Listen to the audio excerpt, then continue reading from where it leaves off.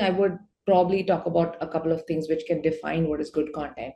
And there are various definitions, but I think this is the most easiest to track if you want to know what is good content and how to create good content for your business. I think we start with searcher intent. Good content, any content should be able to answer questions that the user is asking. So it should satisfy the search intent, why the person is there searching for that piece of content in the first place. So that is the searcher intent. So if you have satisfied the query, why the searcher has come to that place in the first place, if your content has answered those queries, then I think that's a big job done. Number two is you need to make sure that the reader on the page is engaged. It's somewhere the reader is interacting with your content. The person is reading, has read the introduction, is interested to read more. So engagement is very important. The time spent, which basically results to more time spent on the page.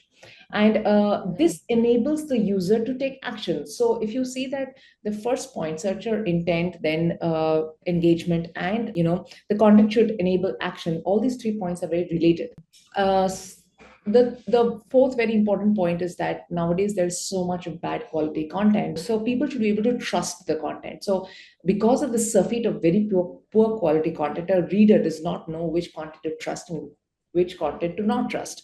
So content has to be trustable, which means that so Google has this list of a big document of Google Quality Raters guidelines, which basically tells you what it considers good quality content. And one of the first things that come up is EEAT, which is it is something defined as expertise, experience, authority, trustworthiness. So basically your content should be able to tick mark all of these basic requirements. It should, through your content, you should be able to show your expertise. You should be able to show your experience.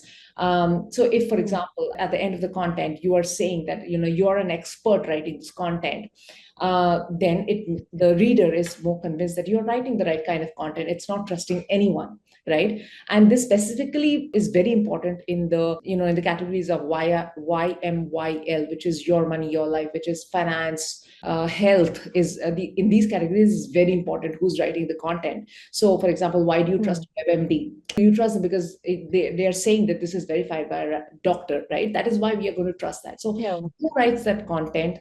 And the authority, like, are you citing the right kind of pieces of articles? You're not just manufacturing the data. That's also very important. So quality is also defined by whether your content aligns with the EAT parameters. It's not a ranking not a ranking parameter as Google defines again and again, but it's very important. It's a quality rater guideline.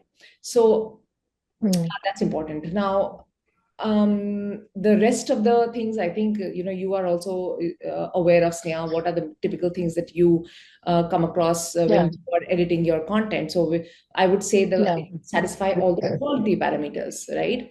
And it should do, for example, justice to the headline, the length, obviously the grammar and everything. It should be quality wise, it should be all correct. So you want to add something? Absolutely, Payal. So when it comes to actual content quality, what all you just said, all that has to be included in the content. Plus, when it comes to drafting a piece of content, so things like clarity, clarity of thought, what is being said, how well is it being said, saying it in very simple words, keeping in mind your target audience. Next thing is accuracy of the information you are giving out. That matters a lot because in this pool of information where anything is available with just a click of your finger, to make sure that what you're saying is authentic, it's accurate, it's trustworthy, all the parameters that you pointed out, that's critical. I mean, your content has to have that in it. Next thing is relevance. It should be relevant to whoever is reading it, your target audience. It should give them some value. There should be some kind of a takeaway from it. It can be answering a question. It can be kind of building up with more information on something that people are more or less aware of. It can be something very basic, like, breaking a very complex concept into simple points. It can be anything, but that value should be there. The reader should feel like, they're taking away something after going through that piece of content. That is very important. And last but not the least, the engagement. It Right. should be engaging. It should kind of, make the reader, or make the audience want to do something more about it. So Right. it can be either like, they may want to share it, they may want to interact, they may want to send in a comment. There should be some kind of an emotional trigger in your content that should make it engaging. Right. Then, of course, content has to be original and plagiarism free. Like, till recently, plagiarism was the biggest challenge that we were facing in content industry. Now it is AI generated content, which cannot be termed original content. So the original content, the plagiarism free content, it stands out from the crowd. Of course, making sure that it is optimized for search engines. What you rightly said, the length of your headline, the meta description, the alt text, the characters that you're using, how well are you placing your keywords?